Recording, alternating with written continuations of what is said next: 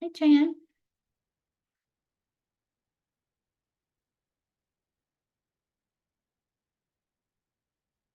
Yeah, I think you're on mute. I can see you smiling. Okay, That's better. so I figured you probably wanted us to report on the nominating team, what we're, I would have asked you, but since you're here, I'd love for you to share with us. I actually have a little tiny blip in my president's report for nominating team stuff. So yes, whatever you can share okay, would well, love to hear about. Thank you, Jan. okay.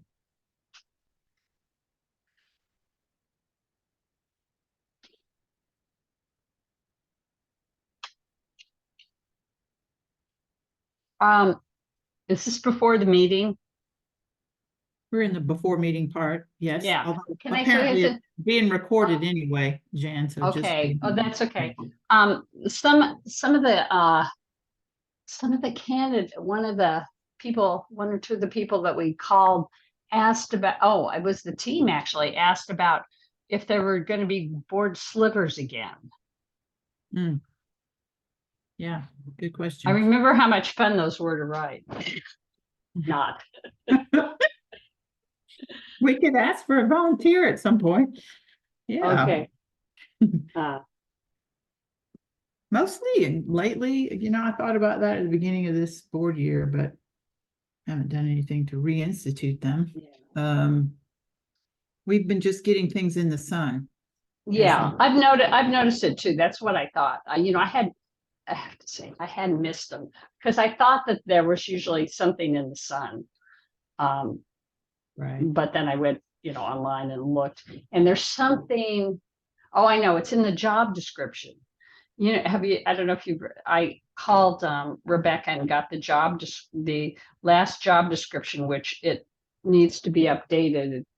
What did it say? Well, first it assumed that there were 9 members. Well, let's see. The nominating committee said said 5 members of the nominating committee were a quorum. Well, we don't have 5. So you talk about nine, huh? Yeah, and it seemed like yeah, it was. I think all those things. I think that some things got changed in the bylaws. There's probably some changes that made, and it assumed that 9 and the board member job description assumed that there were 9 board members, and so it talked about assigning that they would be assigned slivers, and things. So it's um, Well, you know how job descriptions go. I And know, yeah, but they need to be updated. there's this, I there's didn't this, I didn't give that description to anyone who we've um, tried to recruit. the way, the key word in all of this is volunteer and gratitude, I Yeah. think. So, Yes, I two know. key words in the whole exercise. I know. I know.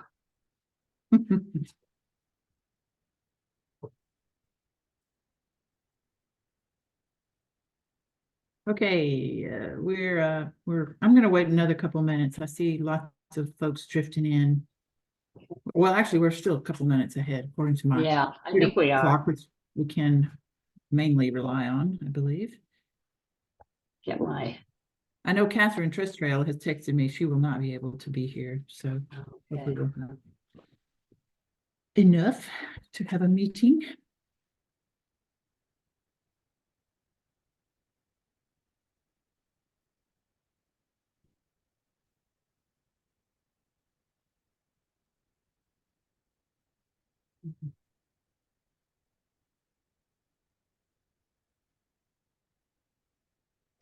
See, I'm on my phone. I never know how it quite goes.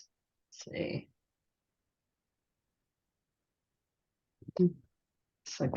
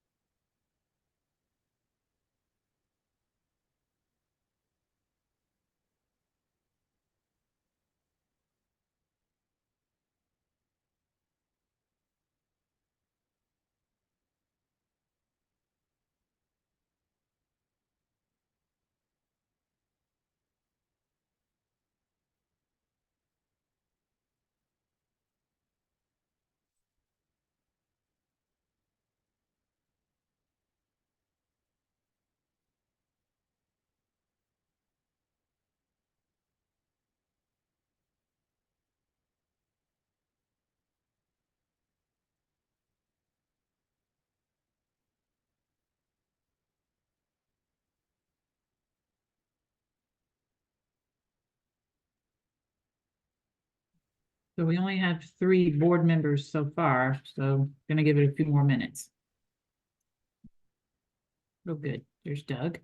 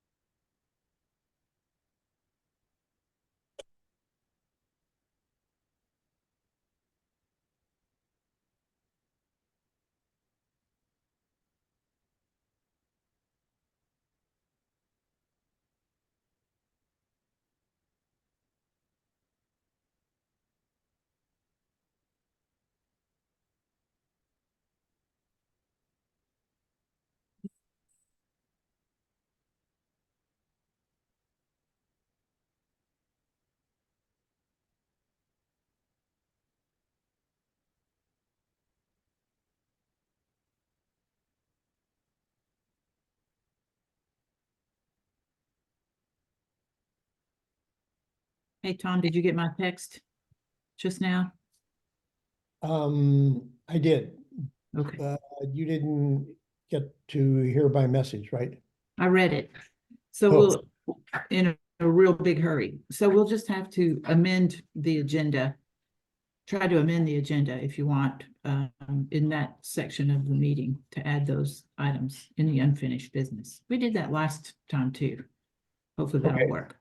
Okay, I can do that, and then I can send the text to Marilyn, so she would have the text. Perfect. Yeah, Yeah. she usually listens to the recording, to do her minutes. Yeah, well, I'll send her the wording, so there won't be any doubt. Thank Okay. you. Thank you. Well, let's see. I know we're not getting Catherine. We have 4 board members. I was hoping for Lilia to join. Do I have 4 board members? Let me count again. 1, 2, 3, 4, 5. Oh, there's 5 of us. Am I right? 1, 2, 3, 4, 5. Yes, there's 5. It's fun to watch people count, isn't it? I'm not turning on my camera, friends. My apologies for that. I'm in a hotel room in Decatur, Texas, shared at this moment with 3 dogs and a man. My man. So he's laying over there on the bed, and I'll give him the space and privacy to do that. Only having to listen to us. So my apologies there. I will now call the meeting to order. And start getting through our agenda. Hopefully everybody's got it. You heard me and Tom talk about a few amendments to it. I would like to welcome everybody that's joined the board meeting tonight. It's really lovely to see such a big crew. And also to warmly welcome back Todd. Todd, we missed you a lot while you were gone. Thank you. Very, very happy to see your smiling face. So Thank you. It's good to see your smiling picture. my smiling picture anyway. You can hear hopefully the smile in my voice. I can hear the smile. Oh, awesome. Great. Okay, so the first thing to do is to amend/approve tonight's agenda. And if you were here in time, you probably heard Tom and I chatting about a few things that, because of schedules, I have not been able to actually add to the agenda in the unfinished business section. That's down in item 11. And so what we're going to do, and this is some of the policies and procedures and bylaws that we are putting together, that Tom has put together. So it's unlikely we would have time to really talk much about them tonight anyway, but what we're going to do is add them to the agenda in the unfinished business section. And that way we can pull them up again next month. Does that sound right, Tom? Yeah, I'd like to mention them just by description, so that when I send the list to Marilyn, it'll be there. Please do. Okay, we have got a proposed wording to send to the congregation in the annual meeting for 2 amendments. they would be motions for us to send it to the annual meeting. One would be to change the section 1 of the public relations, so it doesn't require the board to give its approval every time someone wants to use the initials UUCS or the name of the church.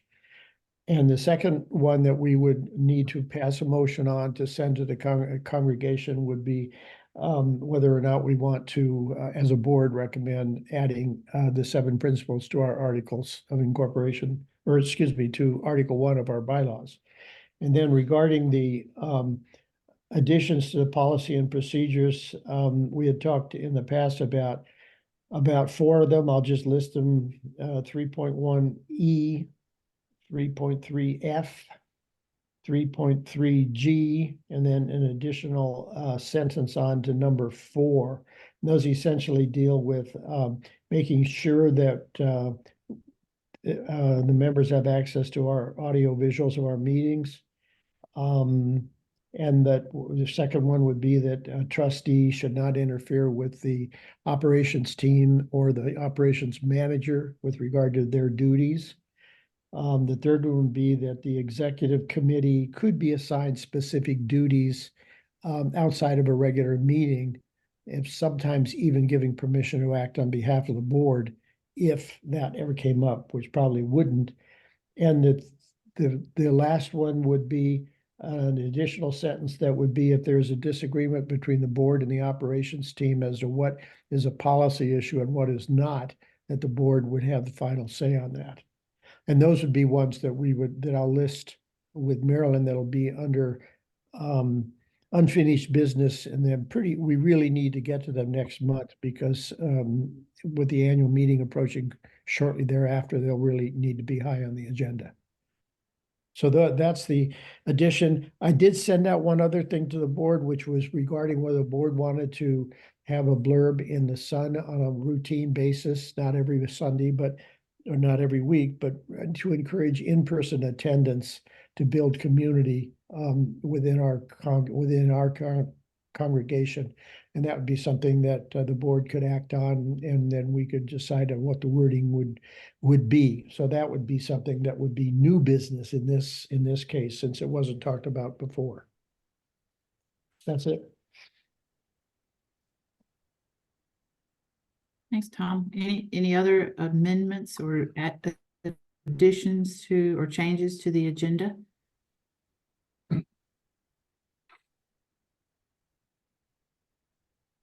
Righty, Marilyn, if you're listening, Tom will send you the text for those unfinished business items that we'll add to the agenda. And then they'll roll around in April when we meet again. Okay, agenda approved. Let's go on to the minutes of our February meeting, which I sent out a few days ago. Hopefully everyone's had a chance to review those. Are there any updates or changes to the February meeting minutes, board meeting minutes? See some head shakes.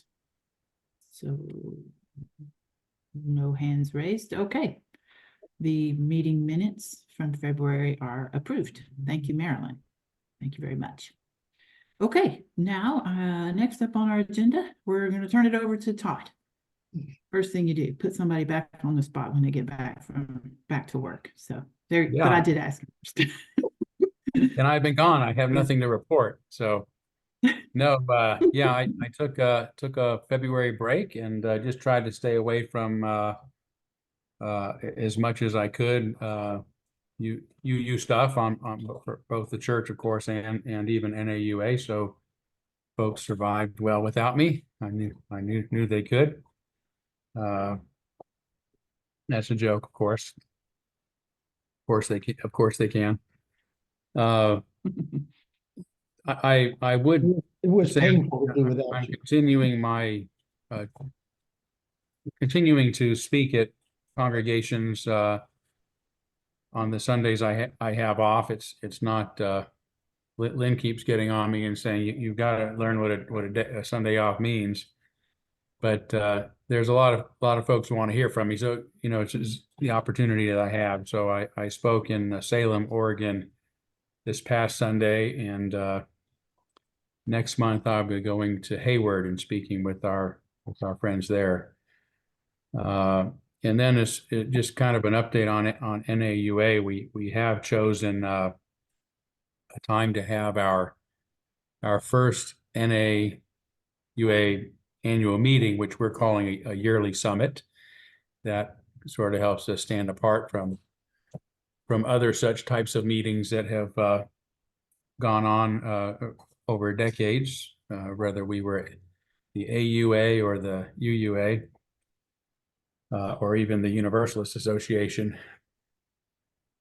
So, but we're going to have it in October, next October, late October, and we will have it'll be hybrid, both in person and online. So we don't want to exclude any of our members. Our commitment is to give everybody an opportunity to participate and to vote on anything that we might vote on,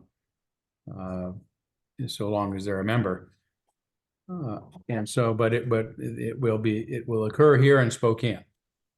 And we expect a relatively small crowd our first year, so we're going to I've already booked the church for that weekend, and it'll begin on a Friday. People will probably arrive on Thursday, so we might have some kind of reception, and then some workshops and business on Friday and Saturday. And then Saturday night, a keynote address. We're not quite sure who's going to be the keynote speaker yet, but hopefully we can get somebody that's a good draw.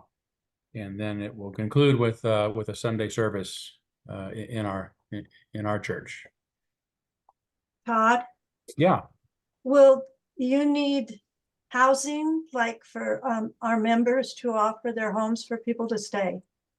That might be nice. Yeah, I think that would be a really good gesture. Some folks might want to come and get a hotel and have the privacy, or use it as a bit of a vacation. But I think it would be really a good gesture if we could have some spaces for those who want to come and be with actual members of our congregation, and at the same time save some resources. I'll put myself in that category. Yeah, it'd be great to have Dick, someone host Dick, our board member, for sure. You So didn't give that's us, yeah, go ahead, Tom. you didn't give us a date. You just said late October. Do you have a date? Yeah, because I have to actually open my calendar and go to October. But I'll do that. It's For the the record. it's the Thank you. 17th. It's the 17th through the 20th. Oh, Thank you, Cindy. Yeah, Cindy is on our team. So and is helping to actually look at hotels and whatnot. So Cindy, thank you.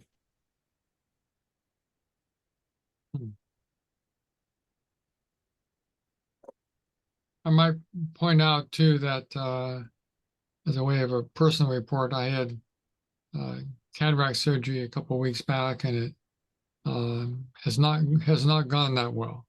ugh, I hope Oh, no. I still hope it will end up well, but wow. my vision is quite blurry right now, Oy. even though my doctors assure me it will eventually go away. But eventually. Wow. Yeah, sorry to hear that. Hope it gets better, Dick. Yeah. Yeah. Jesus. So it's very difficult for me to read right now. And Ouch. very large print. Hang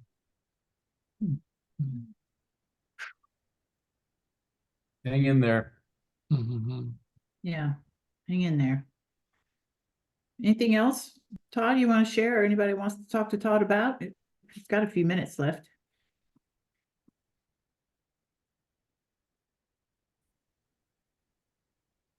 Okay. Alrighty then, moving along. I was going to give a couple of little updates. First, and this is strictly from my perspective, to share, and Lynn, please do chime in with any details I get wrong, but I did want to point out to the board and to the board meeting and all that listen, or read these minutes that our generosity campaign is underway. And I would put in the agenda the leading by example, because the leaders, a lot of the leaders of our congregation are right here on this call, received an email, and I wanted to bring that up and remind you again that there is a request to lead by example as part of our generosity campaign. And I think there's ways and thoughts about publicizing that, which I'm happy to talk about here in this slot on our agenda. That's why I put it here. Not just for me to share, but any other conversation about that generosity campaign, we can talk about it here. I think there was a suggestion in our last board meeting about using personal contacts to further that whole process. So I don't know, Lynn, do you want to chat about any of that right now? Share any details or?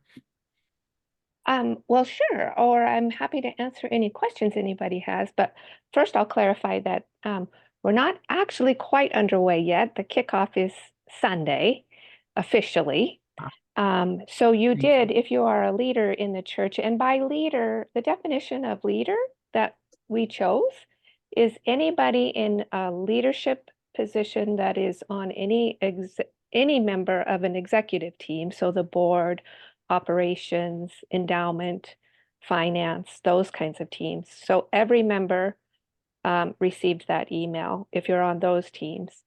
Any leader who happens to be a team leader, so or a co-team leader. So for example, Sue Stieritz as pastoral care, Betty Bradabo for pastoral care and nominating and whatever else she's on, all the things.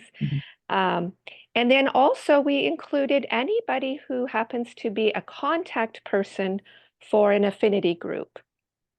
So if you are a person who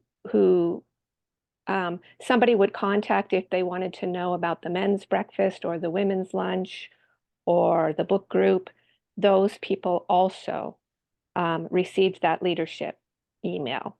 And we wanted to get that out to get people to, so that when we do this kickoff on Sunday, that there is at least a beginning, hopefully, if those of you who would be so willing to jump ahead, jump in now and put your pledges in.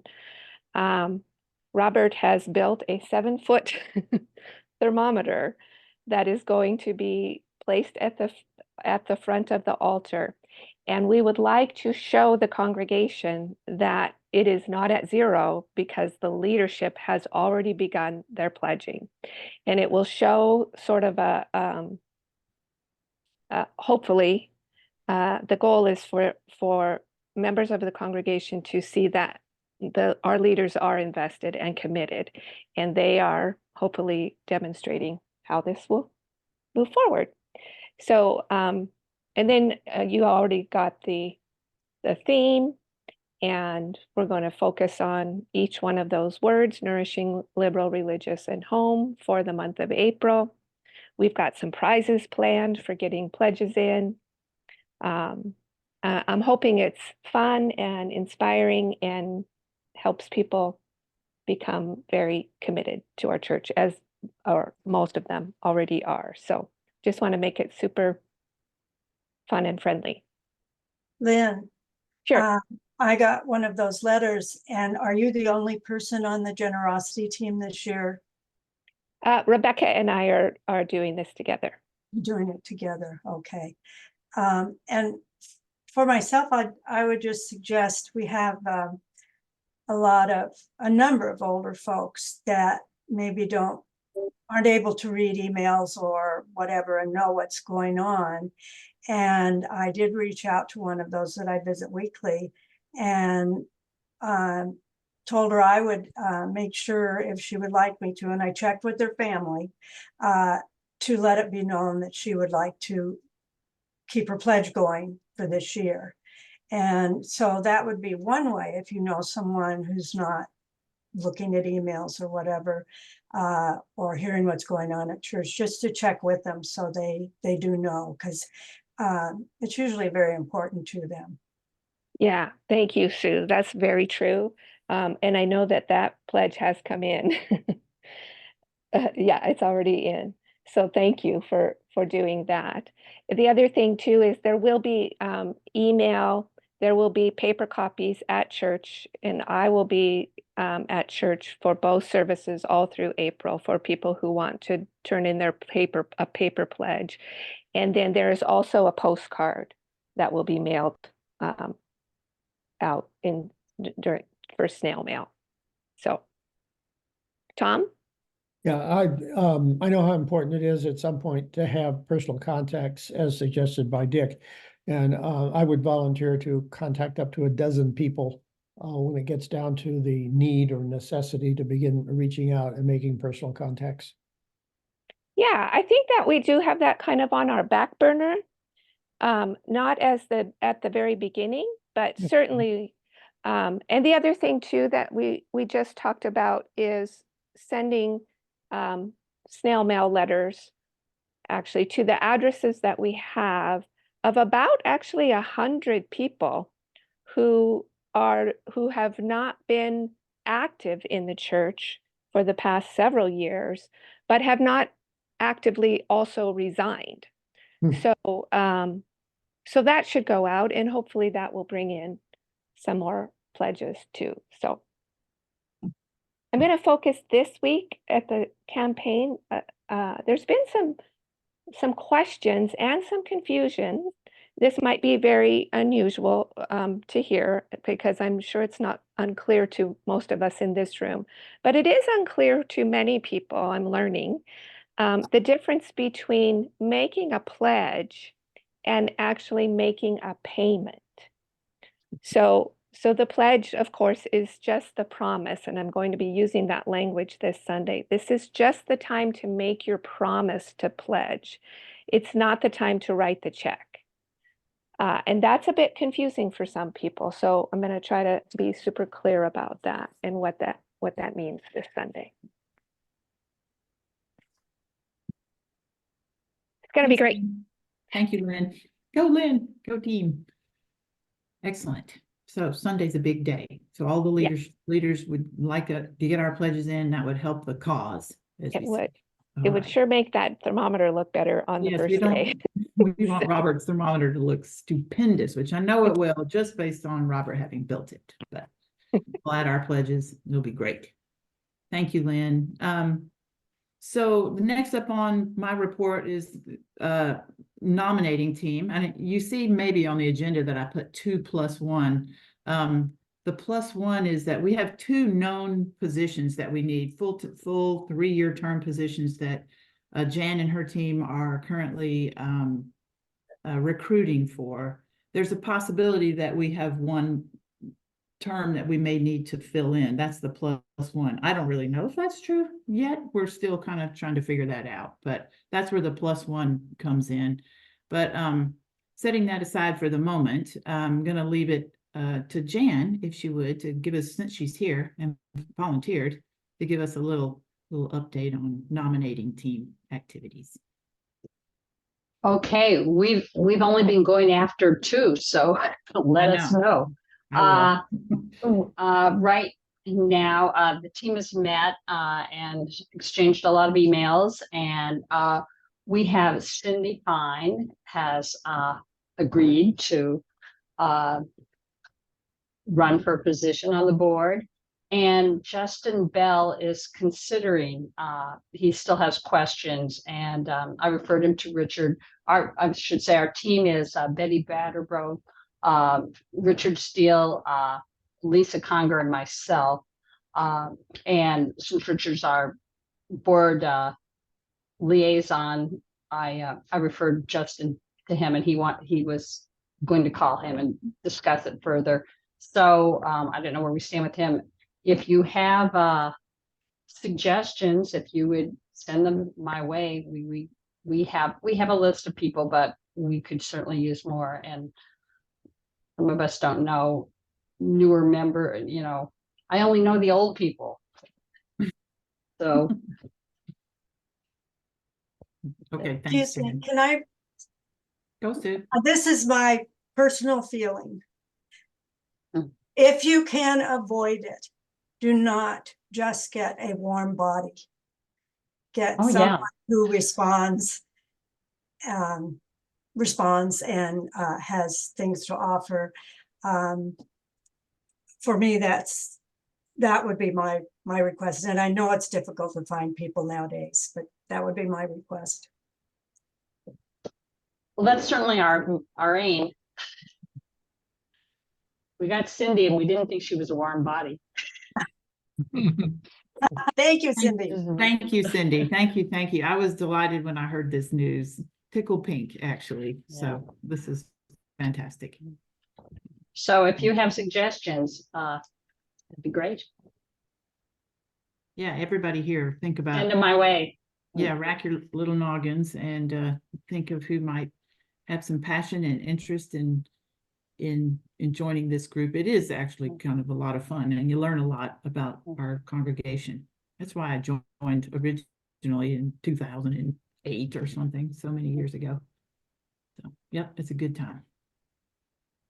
And the one last thing that I wanted to mention, all of these things we're doing, the nominating team, the generosity campaign, all this is part of our normal church year. And coming up here in June is the annual meeting. And that's a pretty big deal for the Board of Trustees because it's our job essentially to run that meeting. And some of those things Tom alluded to at the beginning that we're adding to our agenda, such as bylaw amendment suggestions that the board may want to put forth or anybody else in the congregation, there's pretty well-defined rules about when those and how those amendments are put together before they can be submitted into the annual meeting. So this is just by way of a public service announcement that the annual meeting is coming in June, and we as a board will need to kind of buckle down and get our planning done and be ready to conduct that meeting. Part of that, is we'll need to get a moderator. That's a big part of the proceedings, I suppose. You'll see that down further in the agenda. It's a role that we know about as part of our bylaws, but mainly only really need filled for that for the annual meeting. So okay, so that's it for the president's report. Any thoughts or concerns? Still got a couple minutes. You wanted to ask me or anybody about any of these topics? Tom?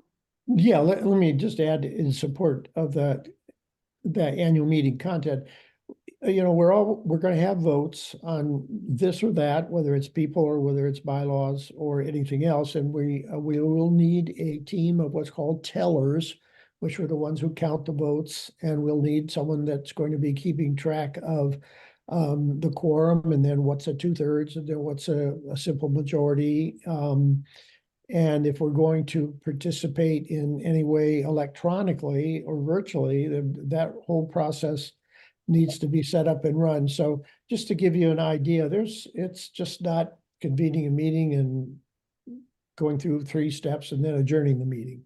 So there will be things, and some of you may be asked to have some kind of an auxiliary role in that meeting. Do we have dates for that meeting yet? June 9th that was set the year before, Mhm. so that we could plan around it. And that's a new bylaw that we set the next year's annual meeting, so that people could plan around it instead of having something end up on top of the date.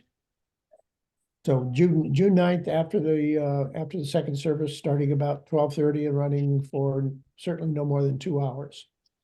Mhm. Yep. Thank you, Tom, for that. June Sure. 9th. Everybody mark your calendar. I guess put the 9 off of that.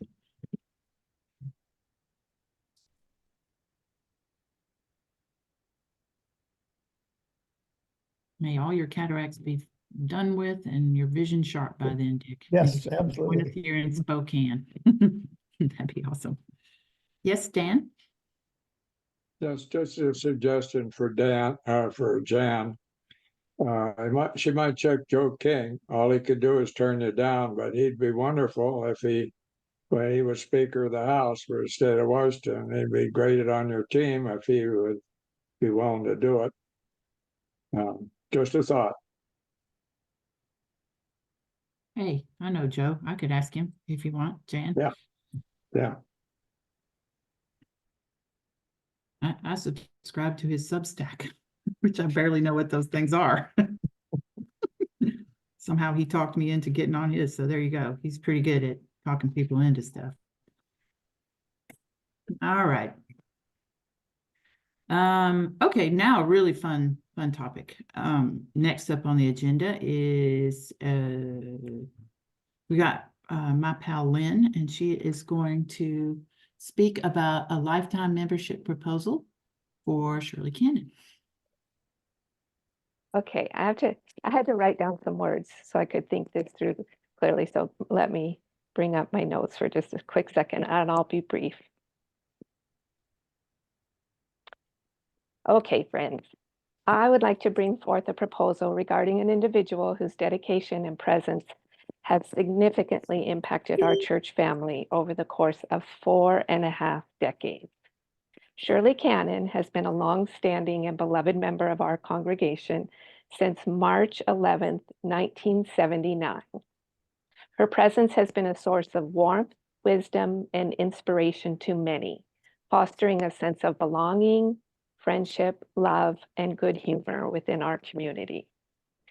In the course of the past year or two, it has become evident that Shirley is facing challenges that necessitate our collective support and understanding.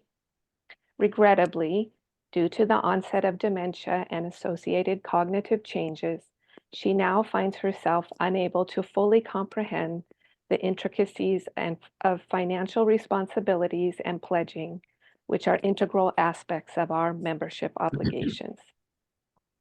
In light of these circumstances, I am proposing the granting of lifetime member status to Shirley. This honorific designation, as outlined in our bylaws, is reserved for individuals who, due to life-altering changes, are no longer able to actively participate in the life of the church as they once did. It's a gesture of profound respect and gratitude for their enduring contributions, and it affirms our commitment to the recognition of intrinsic human worth beyond mere obligations. As a lifetime member, Shirley will continue to enjoy all the rights and privileges of membership while alleviating the burden of financial obligations she no longer understands during this challenging chapter of her life. Thank you for considering honoring Shirley's legacy within our community with this distinction as a lifetime member. And I'll turn it over to Tom, who has agreed to make a motion so that you can freely discuss this proposal. That being said, I move after discussion, and I assume the approval of our senior minister and review of the Article 2 and Section 6 of our bylaws, that Shirley Cannon meets the spirit and intent of Article 2, Section 6, and therefore qualifies for UUCS lifetime membership status and is hereby granted such status, including recording in official UUCS records, and further that a letter on UUCS letterhead and signed by our senior minister and president of the board be sent to Shirley Cannon, and further that this motion be included in that letter to her. So we do need a nod from Todd, but that is my motion. I second it. The motion is seconded. Any discussion? That was beautifully written, Lynn. Thank you. And thanks, Tom, for helping with the motion as well. This is the best part of our agenda today, probably. Mhm. And welcome Todd back. So any discussion, any thoughts? Let's vote. Let's vote. Let's vote. All in favor? Yeah. Yes. Yes. Mhm. Yes. I will raise my hand so that Marilyn can see it on the.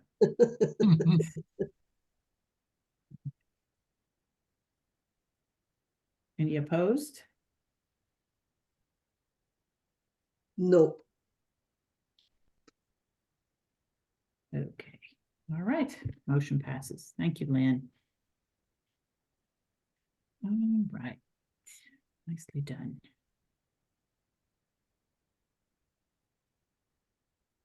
Okay, so Dick, I know I was unaware of your surgery, so I put you on the agenda. You can speak to a treasurer's report if you have any information to share with us, or we can skip it and get it next month. Up to you. Yeah, I think there's nothing new, but next month is when the quarterly report from Rebecca Adams will come out. So that will be let's postpone any discussion until that comes out. Okay, all right. Sounds good. Doug, you want to give us a ops team report? I'd be happy to. Thank you. All right, let's see. The operations team met on March 12th, and let's see. Lynn Janishian announced there'll be a pop-up makers market at church on Sundays. Or did you suggest that, Lynn, or did you say that that's going to happen? I made that suggestion and got the operations team approval to begin that. So I did get their approval, and that is in the works. Right now it's bread. So buy my bread, and it's going to grow, and I hope it grows really big and you can participate. But that's that. All right, great. Thanks, Lynn. Let's see. The team reviewed the budget summit, which the ops team held on March 6th, and it was well attended. There were two different budgets proposed, one similar to the current budget, and then the other one which would reinstate Todd's full pay, and that latter is the goal for the generosity campaign this year. Then the accounting software changes were discussed. The team is hoping to eliminate the expensive QuickBooks software and switch to online processing, which would save about $2,000 a year. And it was reported that the fire doors were replaced, and the fire department inspection is imminent. That the parking bumpers have been fixed.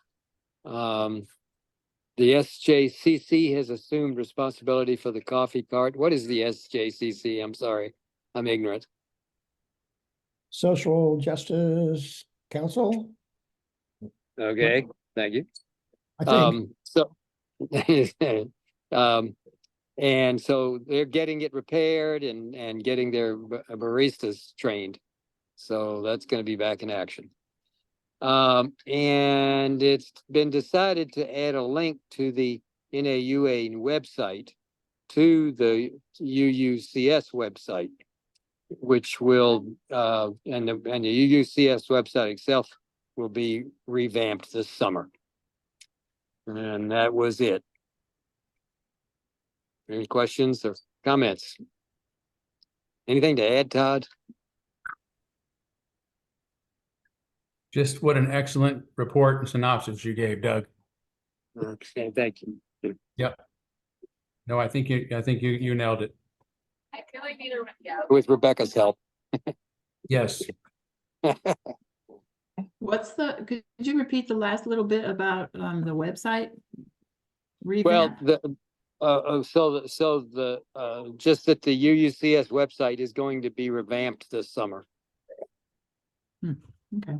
You know more about that. Are we going to say largely because our website, one, we've had it for a number of years as is, and two, it's an incredibly dense, busy website, and it makes it hard for people to know how to get around if they haven't spent some time on it trying to find the things they need. So simplifying it, making it more user friendly. That's great. That's really good. I'm glad to hear that. It is very dense and a little difficult to use sometimes. So Yeah. Good, very good. Thank you, Doug. I'm thinking Okay. of there are many websites they're so difficult to use that you're often better to just Google the question from outside, just from anywhere. And you're much more likely to find the answer very quickly than trying to navigate the website of many Yeah. organizations. And that includes the UUA. So hopefully we can try to match Google capabilities so people can find things easily. Well, there's a big goal there. Just be as good a search engine as Google, no Yeah, problem. right, right. That's hard to beat these days. Yeah.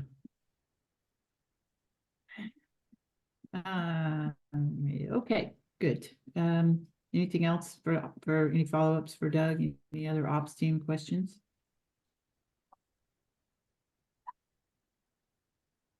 All right, so the next item on the agenda is a discussion only. We're just having a talk. Todd, we saved this until you got back. We didn't want to, things have been bubbling along for a little while, but we didn't want to really dig into this, and we're not really digging in exactly, just discussing. But a publication policy that we heard about that or really turns out to be kind of a communication policy, I suppose, that the ops team has. And I've attempted to frame this discussion on the agenda this is item 9, under A and B. What is the policy? Because if we're gonna kind of discuss it, I suppose we should be aware of what it is. I sent it out if you need to look at it. It's 3 pages long. Hopefully you read it. I sent it out with the agenda. And this is a policy that the operations team has, just like we have policies on the Board of Trustees. So they're the procedures and policies that the team have put together to organize their work. And then the second part of this discussion is, should the Board of Trustees provide any feedback on ops team policies? Those are the 2 kind of questions. What is the policy? Should we even, the Board of Trustees, kind of give any feedback about what those policies are? So in a way, it gets into a kind of a governance issue. So with a little background, I think I mentioned this in the last board meeting, there is some, and I'm just going to kind of anecdotally share what I know about the communication policy, and then we can get into, Tom's got some things prepared to discuss. We can get into those 2 points. This all came up, or we sort of learned about it, I suppose, when there was an event last winter. Well, at least this is when I first learned about it. An event last winter, a kind of a cookie party or something. And having the announcement for that gathering, we couldn't put it in the Sun because it was in violation of this policy. And it was because of either who was sponsoring it or something. That part I'm not really sure about, but it kind of raised some discomfort, I think, in some of the folks who were working on this event. My other personal anecdote on this story was Julie Jose called me up a month or so ago that she wanted to join our February board meeting and announce the partnership dinner. And she was concerned because and felt some trepidation about coming crosswise with this policy, because the invitation to that dinner is normally extended to a bigger community than UUCS, including the INUUC. So that's the reason why we're talking about it here, is that it's coming up through our congregation as something through the board, me and perhaps the rest of you, that's what I'd like to hear about, I suppose, where it's I guess causing some concern.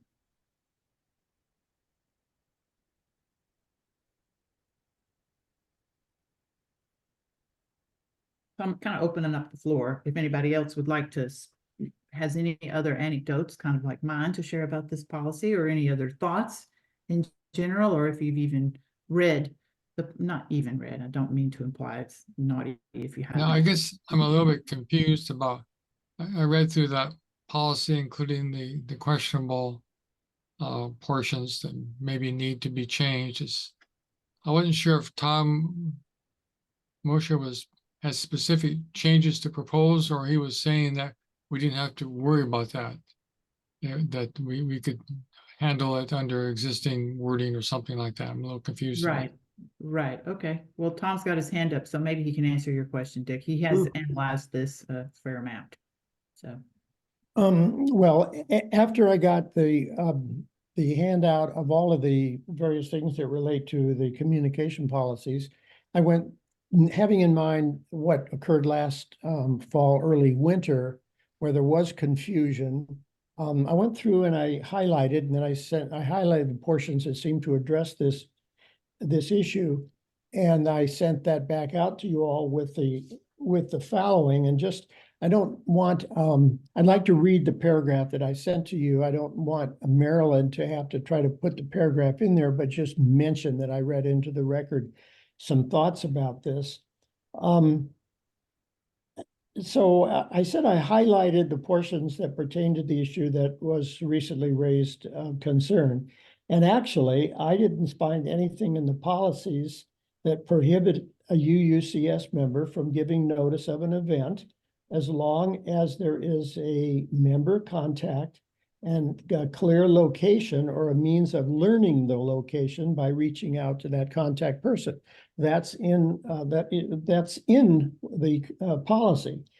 And that nothing prohibits a location from being simply any location, a restaurant, a museum, the Arboretum visitor center out there in the Arboretum alongside of the Sunset Hill, a library, or the Rockwood Retirement Community, which is where the men's group meets, or another church such as Hamlin Presbyterian or St. John's Cathedral or Westminster Church of Christ, etc.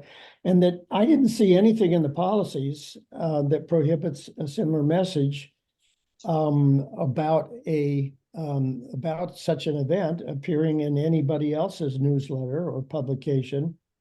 And it seems to me that if the requirements are met, that Rebecca or Michelle wouldn't have any reason to not publish a notice of the upcoming event. And to the extent my analysis is accurate, I feel the board should just assert that it expects a policy that was circulated to be used to make decisions. And it just seems like I don't really understand what the communication problem is, as long as there's a UUCS member sponsoring or identifying an event and a clear location of where it is or a person to be in contact with. If, for instance, they haven't decided on what restaurant to meet at, or their location of the meeting hasn't been decided yet, but they want to give notice that there will be a meeting.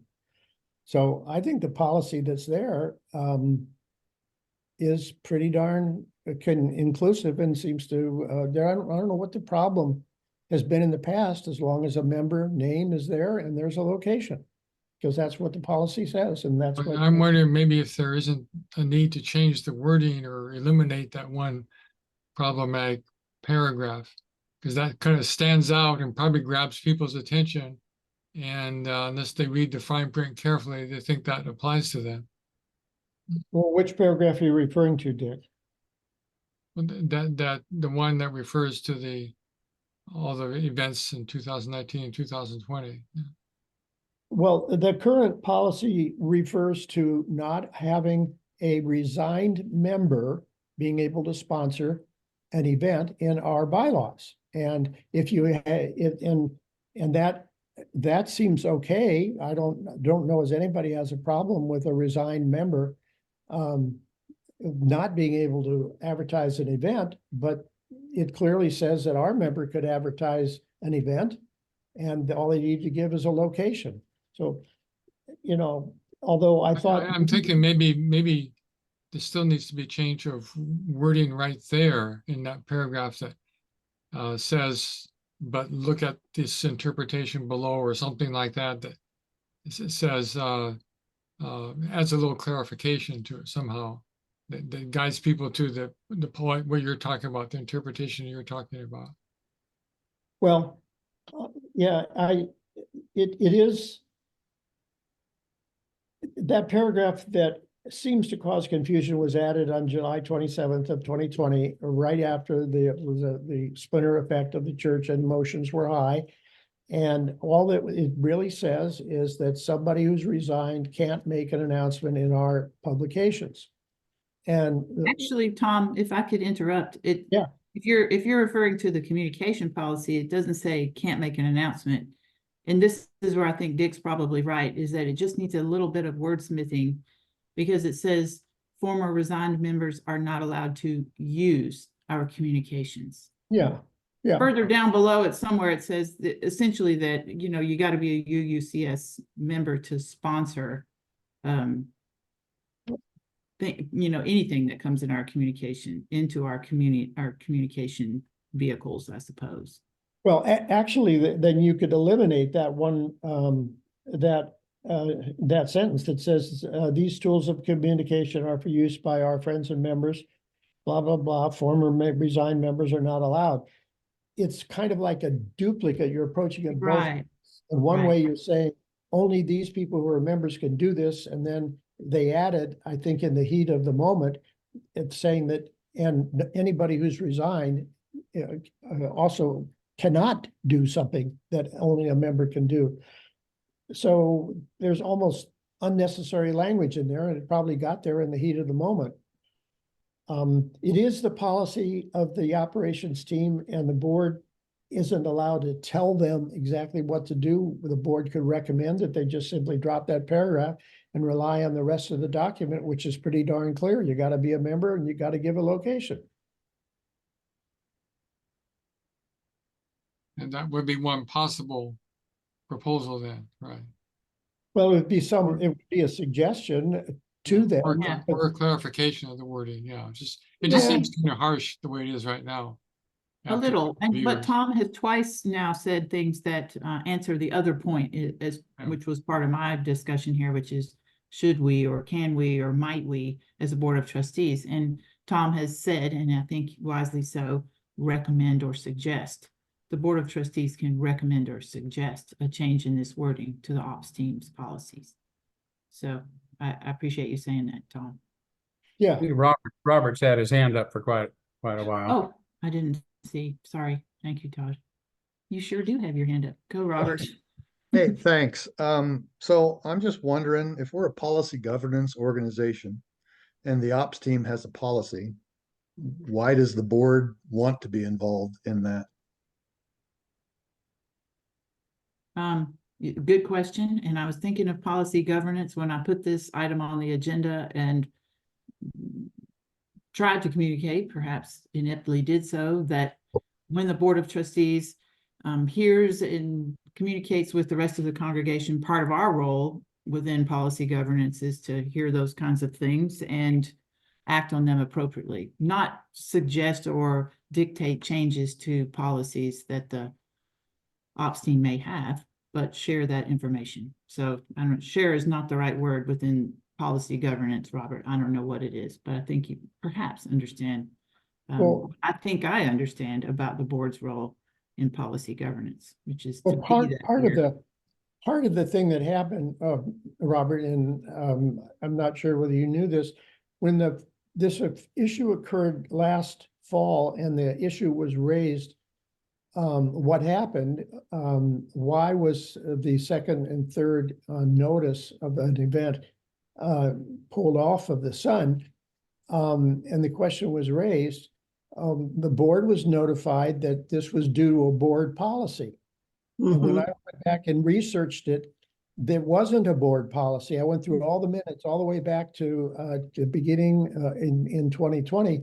And when I pointed that out, then it came back to the board saying, oh, it was an operations team policy. And if the board wants to change it, let us know. And so there's just a built-in kind of confusion about a overall policy versus the policy that the ops team uses for kind of day-to-day operations. And that's where there's some overlap that's confusing. So since you addressed me, Tom, Yeah. I am aware of everything that happened. I know that Rebecca owned it, right? Rebecca made a mistake. She owned it. Yeah. She figured out where the policy existed. Yep. And as a policy governance organization, I still don't see why the board needs to be involved in something that is an ops team thing. That, I mean, you're the board. I'm just saying from a policy governance standpoint, it's the ops team. It's not the board. Well, I think that's kind of where it, at least from my response, I see Todd has his hand up there, so I'll just respond to what you're saying, what you have said. One could, there are kind of two sides of this argument. One is a policy that has a pretty significant impact and it having gone on for 2 years. Is that a policy that really belongs with the policy body of the church, or is it something that belongs with an administrative wing of the church? And that's kind of where maybe where the juggling match occurs. And it ended up in the board's lap, and so whether the board has anything they want to say about it is kind of up to the board, other than to just suggest that they look at that and see whether there's an unnecessary overlap in what is in that document and creates confusion rather than clarification.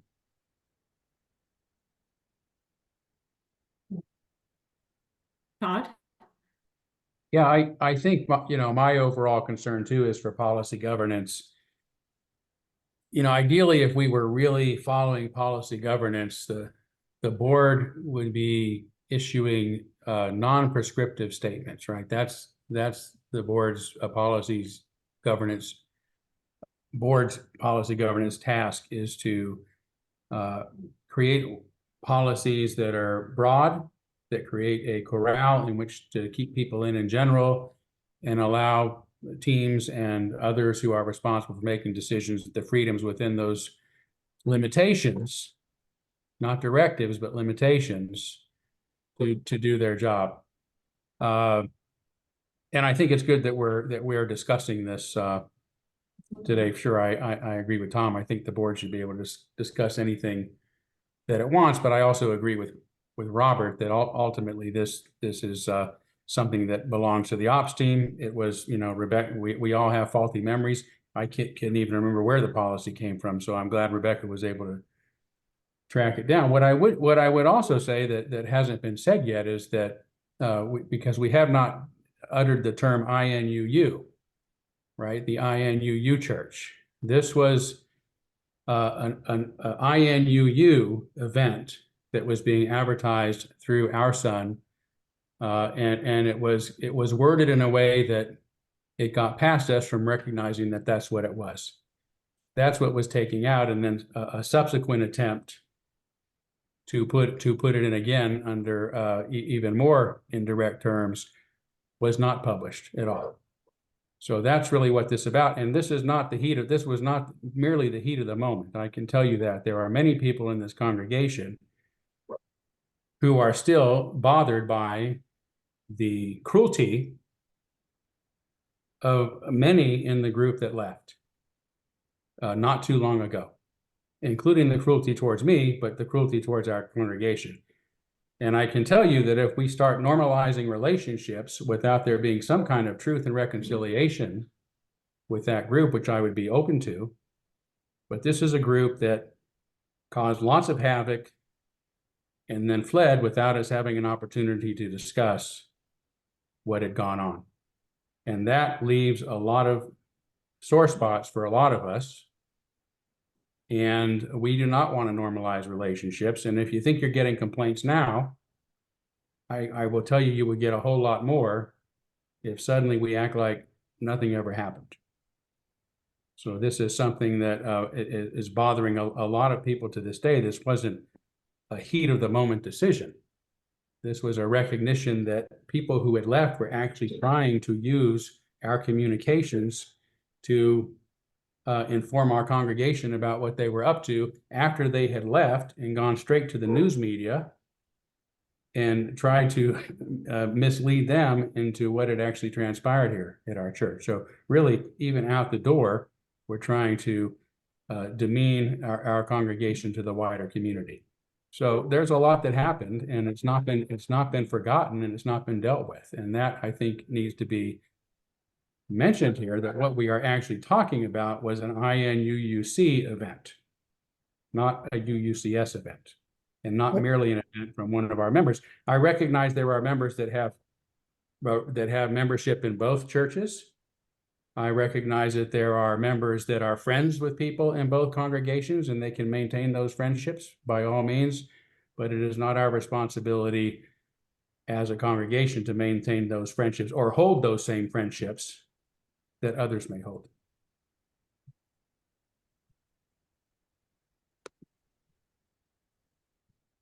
Tom? Well, we are in a little bit of a debate here.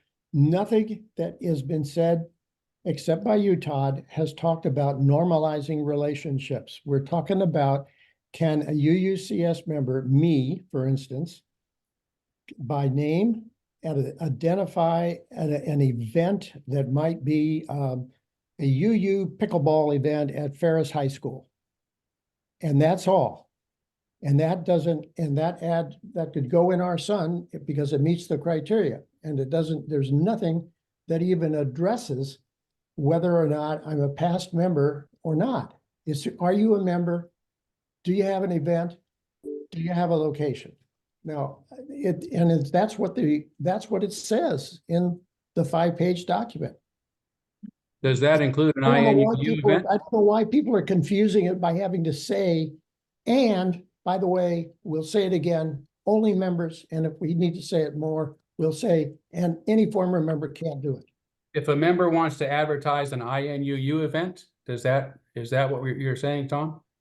No, I'm saying that if I want to advertise a pickleball match at Ferris High School on such and such a date and time, and I'm the member of doing it, and it's saying it's an event, and that word gets out to other people, or even if another organization puts it in their document that the UUs are having this, and it's not restricted to just UUCS members, then it becomes an open event. So if you I'm very confused. if you're wanting to clarify this to say that every event that we advertise can only be available to UUCS members, then that's a whole different ballgame. That sounds to me like what you're trying to say. Yeah, that's not what the policy has said. I mean, it doesn't restrict it. We have lots of friends and other organizations that we advertise in our Sun.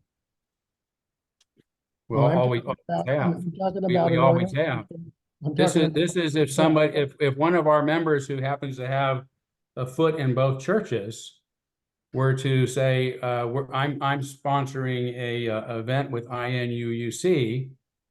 That's a different I'd like to ballpark. put that in the Sun. That would not be permissible at this point because too many of us are still bothered by the broken relationship. But even the current language doesn't cover that aspect, Todd. If that's exactly what you wanted to say, that we can't mention the name of INUUC, but we can mention a Presbyterian church or We don't need it to be that specific though, because we create a broad policy that allows us to make those decisions as we need to. Well, This has worked well for us. I don't think it's worked well. And there's a number of people. Where outside of the INUU event has it failed? There hasn't been any other option come up, but we do have people who would like to be able to attend the events that happen to include other UUs in the area. So what does that mean? I mean, now I'm not understanding what that means for us. Are you saying that we would then advertise because the other UUs in the area, in the immediate area, is INUUC? If any of them show up, I don't see what that problem is. Well, it's not. We're advertising our own events, and if folks from INUUC want to come to our events, absolutely, there's nothing prohibiting that either. Good. Then we've just agreed. That we have just agreed. If our member puts it in there, announces that there's an event, bottom line, that's it. Yeah, we can't restrict who sees our material, and if they want to come. And in fact, INUU members come to a lot of our events. I've seen, so that's not Yep. that's not even an issue. So I find it to be to me, again, I don't think this is an issue that we have to make any changes on. It seems to be working well. We That's just what need that's to what I agree. name the elephant in the room here, and that is, to me, that what really started this. Well, the way it is written, it's fine. It's just that the other language that's in there is what caused the problem in the beginning. But basically, the way the whole document is written, it's fine, and that's exactly what I said when I communicated back to the board members. I'd like to let some other voices in. Sue's had her hand up for a little bit, and Dan, I see you've got your hand up too. So Sue first, please. I will counter what you said, Todd, only from my perspective. And you used the word a lot of people are offended by us advertising or whatever. And in my circle, a lot of people, women, were offended by not hearing this information and letting us make up our own choice, our own mind. And there were two women sponsoring this. One was a church member, our church, and one was the other church. It was a pretty generic thing. I was very disappointed with what happened. And how we rectify this with all this word verbiage or not, not going to get involved with. But what I see is a huge elephant in the room that needs to be addressed, counseled by all of us. We're walking around with this huge sucker on us that's not good, not healthy. And I don't want to go to the other church. I don't want to do this and that, but I do want to be able to make a choice. That's all I'll say. Thank you, Sue. Dan? So I think there's room for two churches in Spokane. And I think there's certain kinds of reconciliation that may work.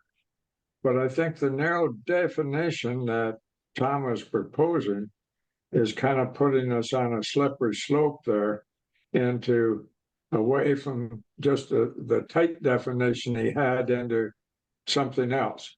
And that's where we get into trouble because, as Todd says, there are a lot of us that got hurt with that thing. And we still feel strongly about the damage to this church that came from all that. And so I think we have to be very careful here.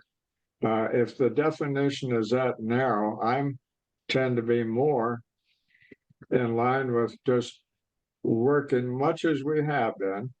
But as Sue said, let's see what we can do that makes sense down the road to slowly put together some kind of reparation here or some kind of, working together in the future. I'm not sure just what that would be, but I don't think we're there yet. I'm with Todd on this, I think.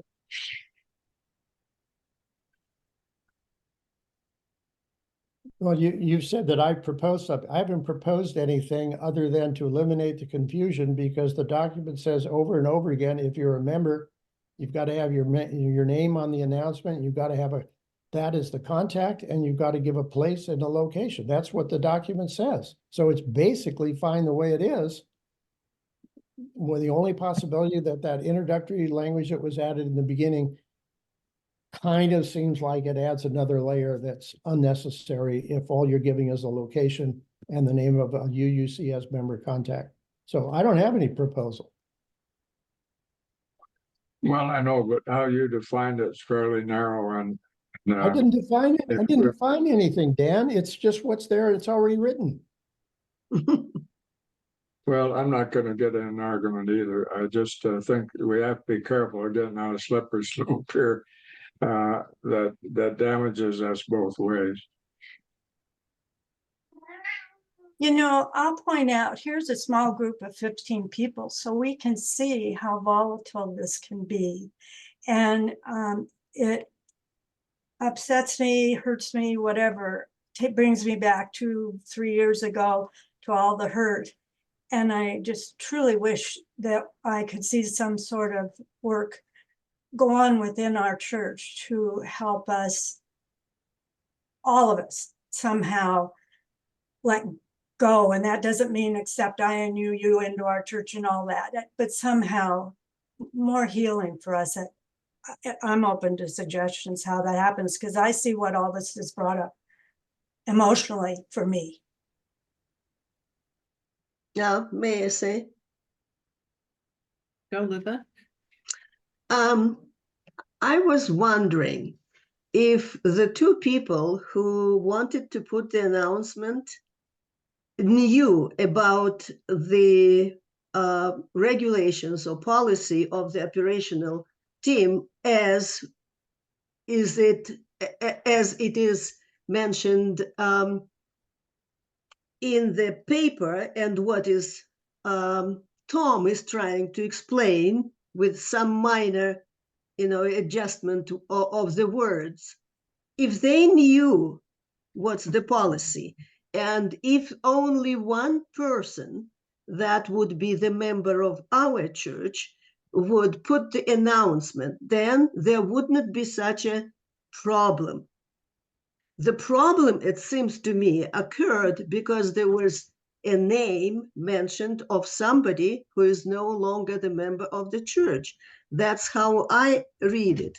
And that caused emotional rejection of what was happening and why that announcement was removed.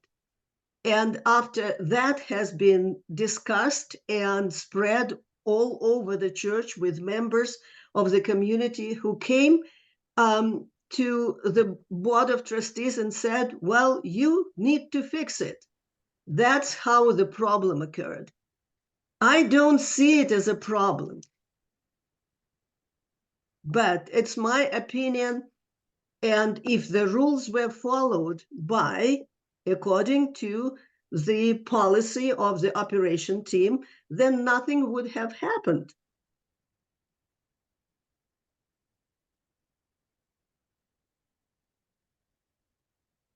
As a what if there's going to be, for instance, in Manitou Park at the shelter, a men's or a women's event during the summer to play bingo, and that announcement came from me in and with that location put in our Sun, and if there's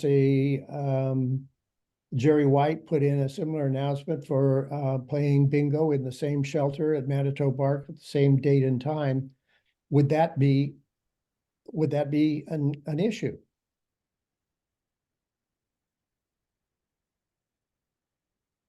Yes. Would it? I'm a UUCS member and I'm putting in a notice about an event. And if INUUC or the Presbyterian Church or the United Church of Christ or whatever wanted to go that event, put their own announcement in, is that a problem? I don't think it is. I think that would be a nice way to work around this policy, to get around this policy. It'd be stealth.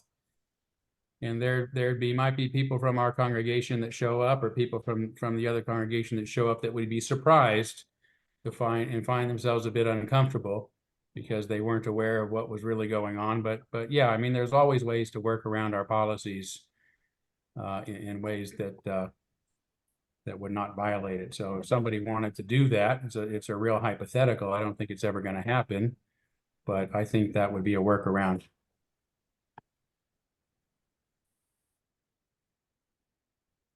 Lynn has her hand up. Lynn?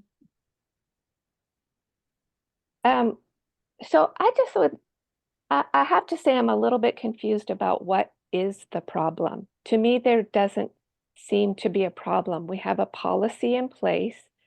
We had a person, our administrator, who made a mistake and owned it. Everybody in this room understands that the reason for the policy. We have an operations team that we have to trust is making policies very thoughtfully. for good reason.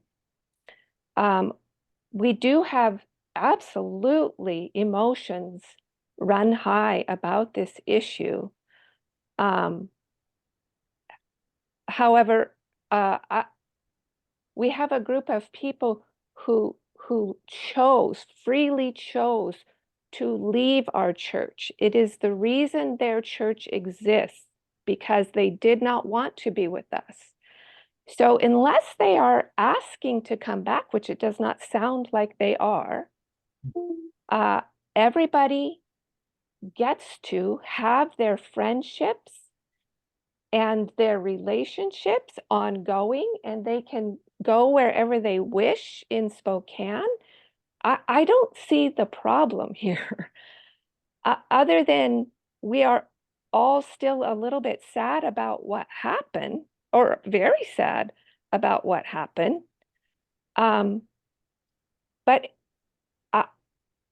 all we can do is, as members of UUCS, is be very respectful of the people who freely chose to go, and then maintain our policies that reflect our mission and values in our church. That's all we need to do. And that's what I think we're doing. So I have no issue with people maintaining friendships or relationships.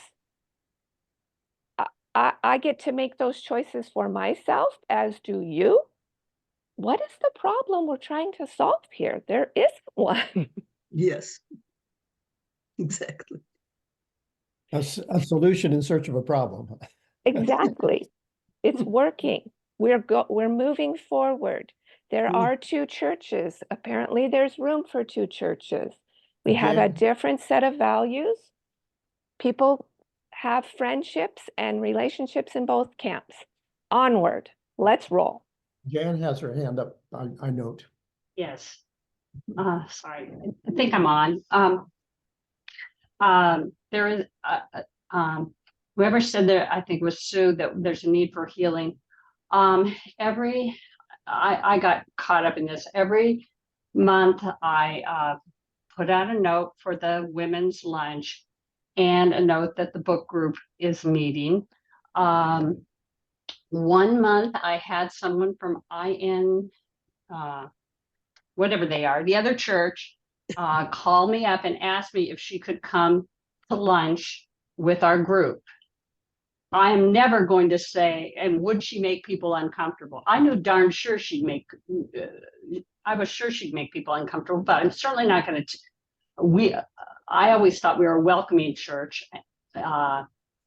So I told her, yes, come to lunch. I got 2 people calling me. They can never come there, felt unsafe at a lunch with a member of the other church. They want me to label things for UUCS only, I guess.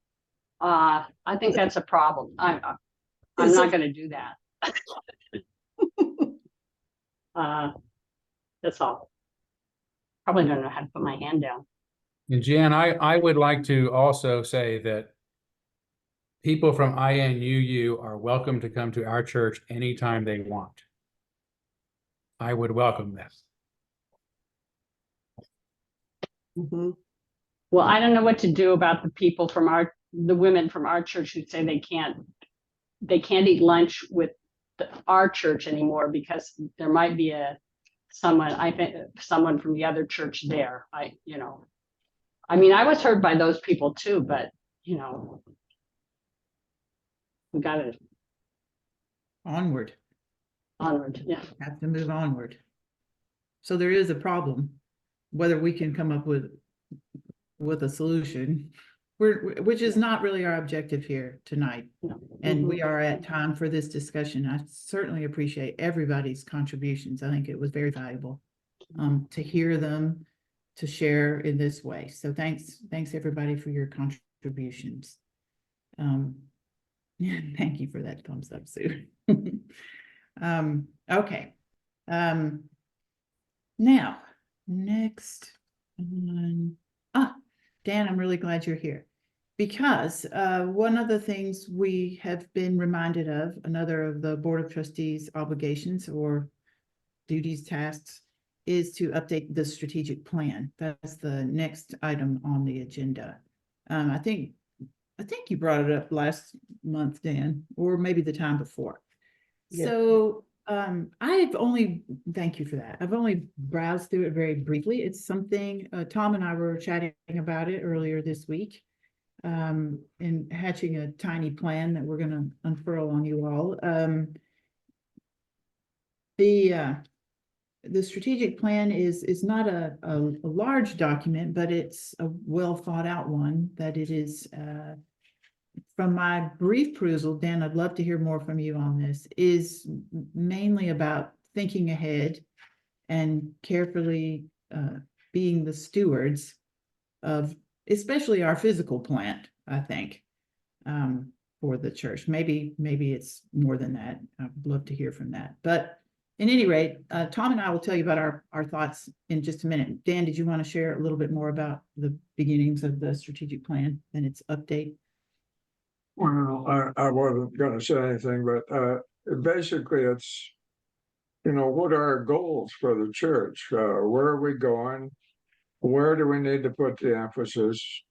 What are the priorities that we need to have?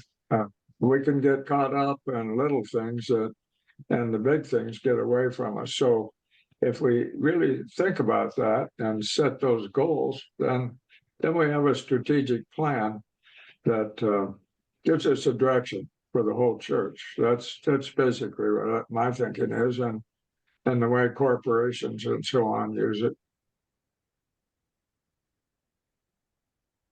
Well, kind of a question of clarification, Dad, and I haven't looked at it fully, I've got it out here, and I'm willing to get involved with it.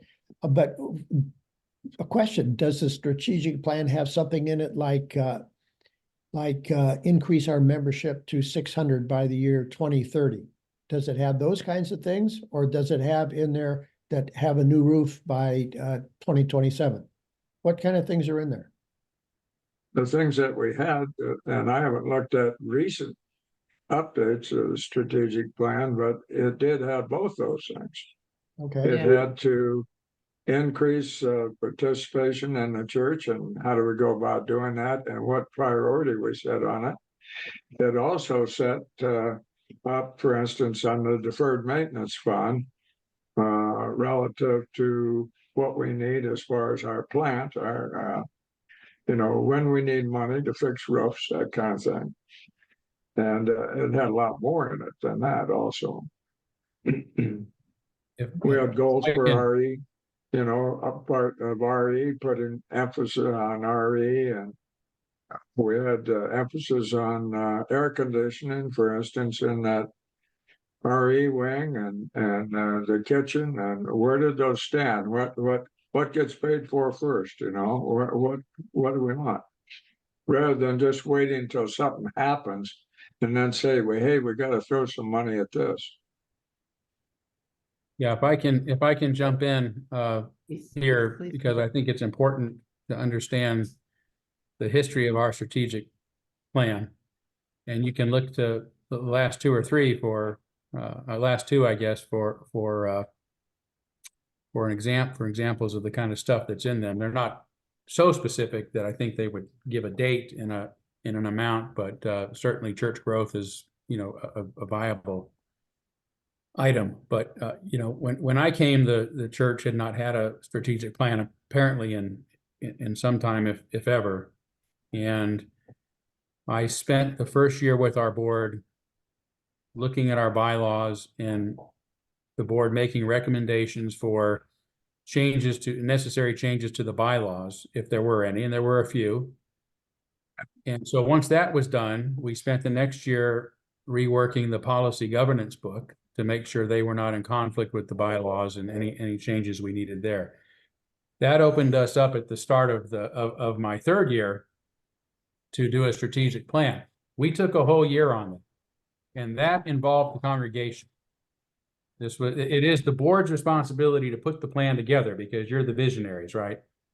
But it is something that we involve the whole congregation in, and we would have listening sessions, surveys. There was one dreaming session where we had everybody write on Post-it notes, and we put those up on a big board, and we had all sorts of suggestions and ideas of what people wanted and hoped for our congregation, and all that got included in the strategic plan. And there were several different areas, as Dan talked about, whether it was RE, membership, the building maintenance, our missions to the larger world. You know, all that was included in the strategic plan. That we weren't given any specific time for when it would be done, but the idea is that it's a plan that goes for about 3 to 5 years. So it's not a plan really that I wouldn't phrase it as we would update a plan. We actually need a new strategic plan. It's because, right, we had 3 years, then we ran that one for 3 years. We did another one for about a year, and we ran it for 3 years, and now it's time to have another strategic plan. Right, I came in 2011. So we're right at the time where we really need to be working for some months at least with the congregation to put together something that reflects what people see, what they want to have happen. And it may be, you know, if Sue talked about healing, that may be part of a plan like that. How do we move beyond the trauma that many of us are still experiencing from 2020?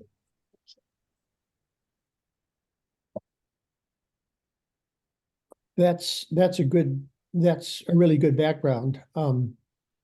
It's in 2002 and then updated by Linda Mulder in 2009 or something. Before you came, we had a capital reserve study that was a 30-year plan that was totally devoted to the physical plan and the expiration of the physical plan, how long the furnace would last and how many years were we into the furnace. So that's what was updated in about 2009 by Linda Moeller, because by that time I was full-time RVing. So this strategic plan is something beyond what that, but seems to include that kind of a physical thing, but clearly includes other things. And that is a task that is above and beyond what you and I talked about, Betsy. Definitely. Yeah. But we're gonna have to get our arms I around was this. looking at while Todd was talking about it. Right, it's bigger than what, if update is not appropriate, and it may not be. I was looking at it carefully while Todd was describing the history of it. And it's got, you know, action items around things such as membership, like you just described. Tom, does it have something in there? So to get action items for how to do that, and things as detailed as putting heat in the women's restroom, you know, or, you know, other things. So it's establishing goals and then a lot of very detailed action items to get us there. So it was probably a big, and it sounds like it definitely was a really big effort, that we can't like just send off a little subcommittee. That's what Tom and I, that was our little plan. We could get a subcommittee together and they could update the strategic plan, but it doesn't seem like that's probably appropriate. It needs a bigger effort is what I'm hearing. Did I see somebody else's hand up? Did I see Jean's hand up? Jean's hand Yes, I did. Jean. Jane, Sorry. I definitely want to second what Todd said. It's high time that we had an all congregation visioning session. It might even take a whole day or a whole weekend to really hear in depth what the congregation's goals are. And I really want to urge the board to take that on. And also when it comes, one other thing I wanted to mention is that when I was on the management team, we went through the strategic plan and took quite a bit of time going through it and evaluating that. So I'm wondering if again, that is something that the operations team should take on. But again, We would once the new plan is in place, yes. That would, it's our responsibility as the operations to monitor it and make sure that things are happening. okay, so, Exactly. so you're saying that the board should not be monitoring it right now? Well, the board has to, I'm saying the board needs to take some time to actually come up with a strategic plan. We don't have one right now. Okay, Right. and I'm saying that the whole congregation should come up with a strategic plan. Well, I outlined that would be the congregation to be involved, but ultimately the board has to put it together, right? There's a document that comes out of it. So it's the board's responsibility to put together based on that kind of input you're talking about from the congregation. Yeah. And it takes time. So don't feel like you're under pressure. It's not like this has to be done right now, but it has to be done. It may take a year for you to get this, and it's nice to let the congregation, and at least once. Dan was the first president when we did this plan, and if I remember right, we did have some kind of vote during the actual annual meeting. Once the plan was done and people got to review it, they approved it. Yeah, Dan. We had surveys too. What we did in order to get a direction for the congregation, we did some surveys from the congregation, because to say let the congregation put together the thing, it doesn't work. You put the surveys together, and then the board will take that and put together a strategic plan. And then once that plan is done, it's taken back to the congregation and said, here's what we came up with. Do you agree with it? And I think we even voted at the annual meeting on it, didn't we, Todd? Basically. I And then once that's done, once we know what the congregation wants, the board has directions established of where the future is, then you take it to the management team, and they are the implementation part of this process. And they are supposed to get the job done in most cases, on most parts of the plan.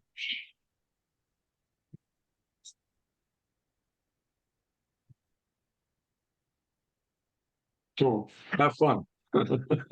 Yeah, so. Yeah, that's what I took from all that, Dan. Yeah. So it isn't an update, it's a start from scratch with some idea of a guideline of what was done before, but start from scratch.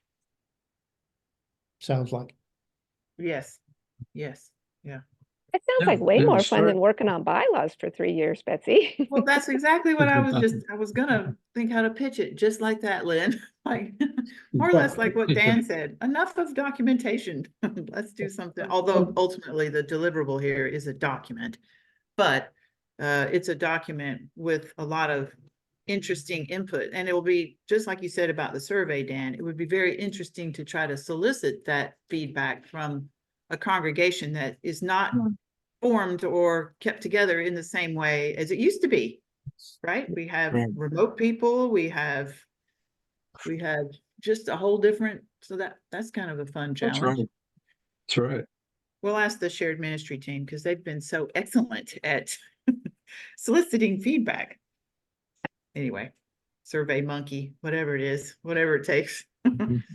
Get some. But we're at time. Any other comments or conversation about strategic plan or anything? I'm about ready to pull our meeting to an end. Yeah, is there anything on your item number 11, unfinished business, where you had the vacant positions? Anything turned up on that you were aware of? Only I talked about moderator at the beginning of the call, which is related to, or more urgent, because our annual meeting is becoming imminent. So the moderator position needs to be filled. We've had a few folks do that. So I will take on asking, in addition to Joe King, for being on the board. I'll try to find a moderator, see if I can find one, at least for our meeting, our annual meeting. And if Did everybody see? if Joe is not willing to be Sorry. on the board, if Joe is not willing to be on the board, he might be willing to be a moderator. Good point. he certainly knows how bodies making laws work, right? Which is Is exactly what we moderator are what- doing. Excuse me, is moderator what Tom Mosher did last year? At the last, Yes, that's what that, Yes. okay. exactly, Sue.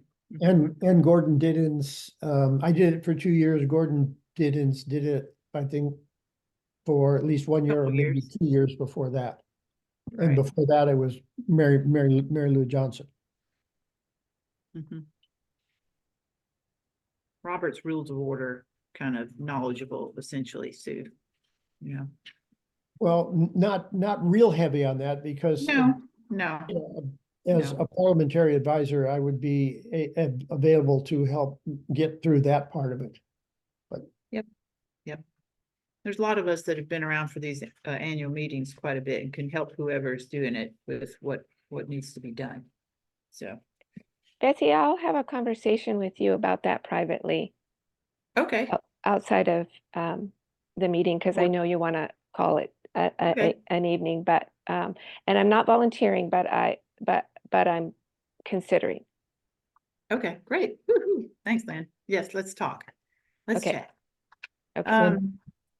Okay, last little teeny bit of business is everybody look and see when our next meeting is. I can't scroll on my document. It's in April 24th, I think. Yep. So I need a volunteer to join Doug and I for agenda setting, executive committee, AKA, on April 17th. Thank you, Cuba, for joining us last month. Tom, sorry. I would do that. Okay. All right, thank you. Good, because we're gonna need your unfinished business stuff to kind of rise up a little bit in the agenda to get it done. Yeah. All right. We are good.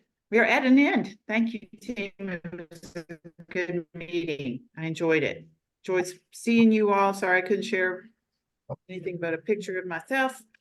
But meeting adjourned. Okay, bye-bye. Goodbye. Bye, everybody.